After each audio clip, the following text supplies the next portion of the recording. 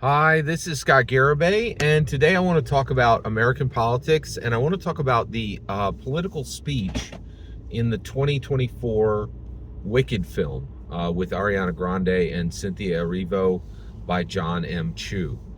First of all, whoo, you better pay attention on Hollywood, right? Because so I'll tell you right now, the what is the purpose of the 2024 Wicked film? It is not to entertain. It is highly messaged, right? Message from top to bottom. And in my humble opinion, it's completely political speech. The whole film is just an allegory to explain American politics to Americans, right? Now, first of all, I'm not the only one saying this at this point. Um, Grace Randolph just reviewed the film, and she said, "This is the most messaged film. If you take Barbie and um, there's a few others in there. Major. She said this movie is more message than Barbie, right? Which I agree with. All right, let's talk about the political speech in this film. So first of all, let me break down what this movie is saying. So first of all, it explains the Democrat Party. Elphaba says to Galinda, "You are promising to help me, a person you don't know, with powers you don't have." That is 100% an explanation of the Democrat Party.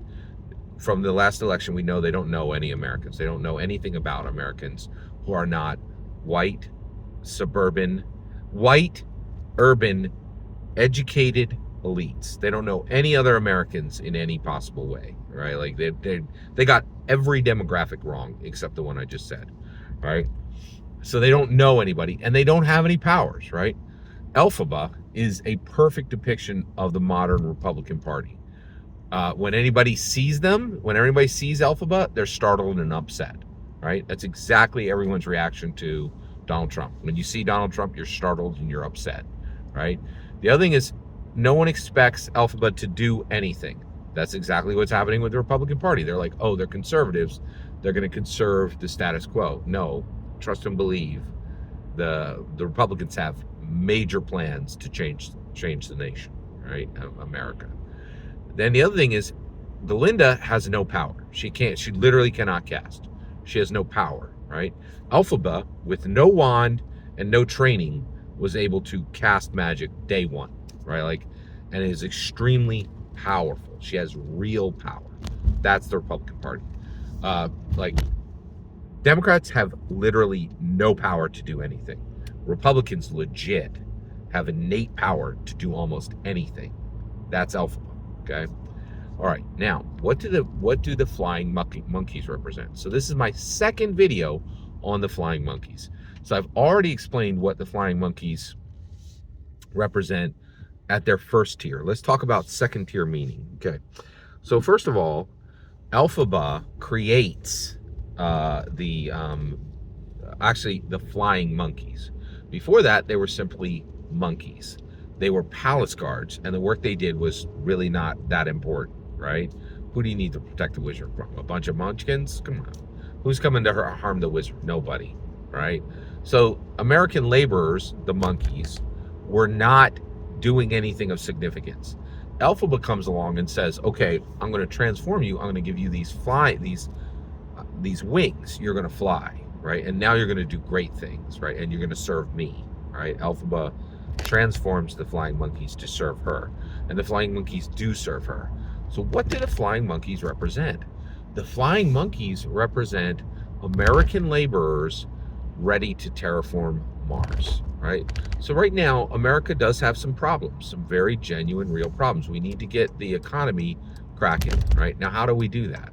We go to Mars, right? How would that make America crack? Or like really, really get cracking and really get, the engine of economy running? Well, first of all, why do you think Elon Musk is sitting there? This guy has rockets, right? Donald Trump wants a strong economy. How do you get a strong economy? Take over Mars, right? The problem is we don't have a frontier. America needs a frontier, right? We took over the West. It was incredibly profitable. It was great for everybody, right? And now we need a new frontier. We need a new land to take, okay? And that's what the flying monkeys are going to do. We need real laborers, people who, not just keyboard warriors, real laborers, right, who do actual work with their hands. In order to terraform Mars, we need actual hardworking Americans to do more than click at keyboards, right? And so, and that's the flying monkeys, right? So basically, the Republican Party is about to transform pretty not useful American laborers who are doing, oh, screw, weld this to that, right? Nobody cares about that, right? What about seize this entire world for America? That's meaningful. That's meaningful.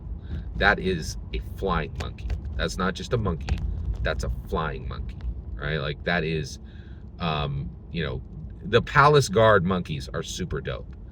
What could be cooler? Flying monkeys, right? Like, and that's American laborers taking us to Mars to have a new world. America needs a frontier. The frontier is sitting there. We're ready. Let's take Mars. Oh, and by the way, we're gonna have to take the moon just as a as a launching point to Mars. Let's take the moon. Let's take Mars. And you're like, hey, isn't there like an international agreement that everybody owns all that? You can kick rocks. America's taking the moon and America's taking Mars. And 2024 Wicked is projecting this and predicting this, right? And showing the path forward, showing the truth about American politics, in my humble opinion. Every single word you just heard is my humble opinion. Nothing more, nothing less. The important part is when I get to hear your humble opinion, when you get in the comments and send your traffic. Please consider liking and subscribing, and have a fetch millennium.